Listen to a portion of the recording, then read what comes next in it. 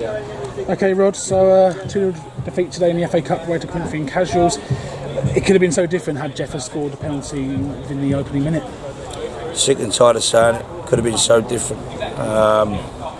You know, as I just said to the boys in there, obviously I've let them know how I feel, and I feel like, you know, just how do I feel? Feel angry, feel upset, disappointed, and I reflect on what we could have been and what we wasn't. And to be fair, as you say, you know, Jeffers had the penalty.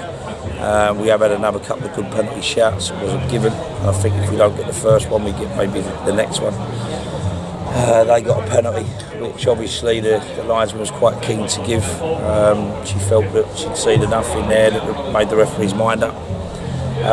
But yeah, listen, I cannot, you know, I don't want to just put this down to one player because it's unfair, but, you know, I can't keep seeing two mistakes. I've seen two costly mistakes from a goalkeeper and fullback in the last two games. And at 1-0, listen, although I don't think we started brightly second half, but at 1-0, even if you get a draw and go again Monday, but to actually come here and get beat, it's a tough place to come, yeah, ain't no lie, you know, but we gave too much in the end, and obviously we lost rating at play the last 20 minutes or whatever with 10 men, so that doesn't help.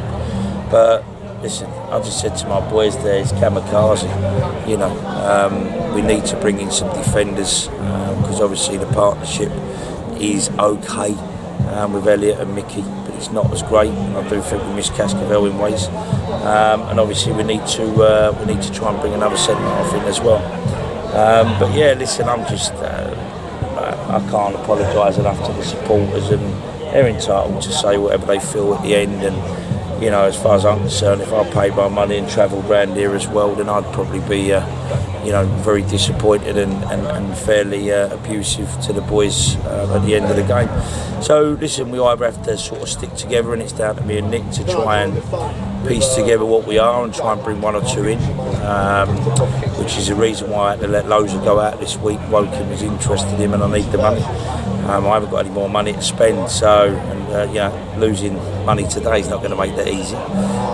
So yeah, listen, it's tough. It is tough, and I just can't see how we've come here today. And I don't want to take nothing away from these lads here, Corinthian-Casuals, because good luck to them. I hope they get a good draw in the next round, but you know, we should be beating teams like this 4-0, and to come away from home and not score. And as I said to my players, I think I've got a lot of players in there that are nice on the eye, but you know, have we got enough? Probably take Churchy out of the team. Robbie Simpson come on us and give us a little bit, but take Churchy out of the team. You know, do we really have people that really want to be manly? Elliot as well. I'd have Elliot, but then I look around and you know, I don't think we get enough of that around the rest of the park. And sometimes you ain't always going to win games of football by being fluent. I always say it's about both boxes, and you have to have that desire and that fight to want to do that. And I've got to be honest, I haven't seen that today. You know, we just looked like we were playing off the cuff. Yes, I understand last 20 minutes because we're down to 10 men, but wow, I just think if we really had the right application here and desire here today, we win this game. And we haven't won this game. So, you know, obviously there's a lot of unhappy faces in there, but there's a lot of truth being told. And yeah, it's not a good time to change it. You mentioned the other night that it's crucial that we stop going behind and start having to climb the mountain. And unfortunately, that seemed to be the case for us again today. What do you think is going wrong for us in front of goal? Individual mistakes. We've had two penalty shouts. We got a penalty. Okay, the keeper saved it. You have to give their keeper a bit of credit today, really. But we had two good penalty shouts after that, so it tells you really in the ascendancy. Welch has put one over from, I don't know, 4 yards out. And then obviously they haven't had a lot of play, and then they get up there and they got across the ball, and then it hits Churchy on the hand. And the referee never give it because he ain't give our ones, but he went on the assistant's call. But really, if we'd have had the assistant down this end in the first half, I think we might go and get another 1 or 2 penalties, because they were both very, very big shouts of penalties. But I think because we'd already conceded and got the first one, he ain't giving it to us. But listen, at the end of the day, you know, we can blame it all down to these little moments. You know, I can't do anything when the goalkeeper yet again gets caught with one of his fullbacks. I mean, that's a major problem. Don't get me wrong, a lot of people say how well Pets has done for us and whatever, and you know, he's played in the league above for the last 2 or 3 years, but I'm seeing mistakes defensively as a back five, so I have to include your fullbacks and your centre halves. As a back five, I'm seeing real schoolboy mistakes. People ain't got to do a lot to score against us. And yet I'm seeing teams week in, week out having to, like, you know, defend for their lives. And even them, you know, when we put anything quality in there today, they've done well. But yeah, it's. I was hoping today would have been a sensible draw. Okay, it's not an easy place to come, but these ain't won all season, you know. And what I just said to my boys, I questioned, do they know where these are in the league? Because I don't think my boys have even looked. And that's quite alarming. You know, at the end of the day, we've got to come here and we've got to know that if someone's struggling in the league below, they're going to have a proper go. And we haven't done that. We've come here today and we've just we've done what we've done last 2 or 3 weeks. So yeah, Cascavel, we got him out for 1 more game. And I desperately need to bring a centre half in, because at the end of the day, just looking at that there, I don't know where Elliot is injured-wise. He looked like he was struggling at the end. But yeah, we've just said we've just got players that are playing slightly out of positions and doing okay. That includes Welps and obviously Elliot. But Elliot's played centre half in the Football League, so you know we can't. I can't say he's doing me a cover job, because Welps is doing that because he's a wide right player. But Elliot is an out-and-out centre half, stroke out-and-out right back. So, but there we go. With the partnerships, and I do think the partnership that we've had here, along with Mickey and that, I think, you know, we've always been too easy-osy. We give teams chances, and if we've got an easy-osy goalkeeper and an easy-osy full-back, and a right back who's not really playing, you know, as a right back, he's just filling in, that gives you problems there. We're not settled, we're not stable. But then I still look at the other end and say, how many chances do we want to create? It's as if we don't want to score. You know, there's loads of little decent little bit of football going in and around the box, and crosses coming in, but we just don't hit the target and seem to ask a question of people. And I can't put a finger on that. As I said, their goalkeeper's come in today and he's had a reasonable game. But we ain't peppered him. We ain't made him pulling out saves that he shouldn't have been pulling out. But there you go. Yeah, first penalty was crucial for us to miss it. And, you know, they scored theirs. I'd like to see that again, because I thought that weren't the best penalties that I've seen taken. But there you go. At the minute, mate, it's tough.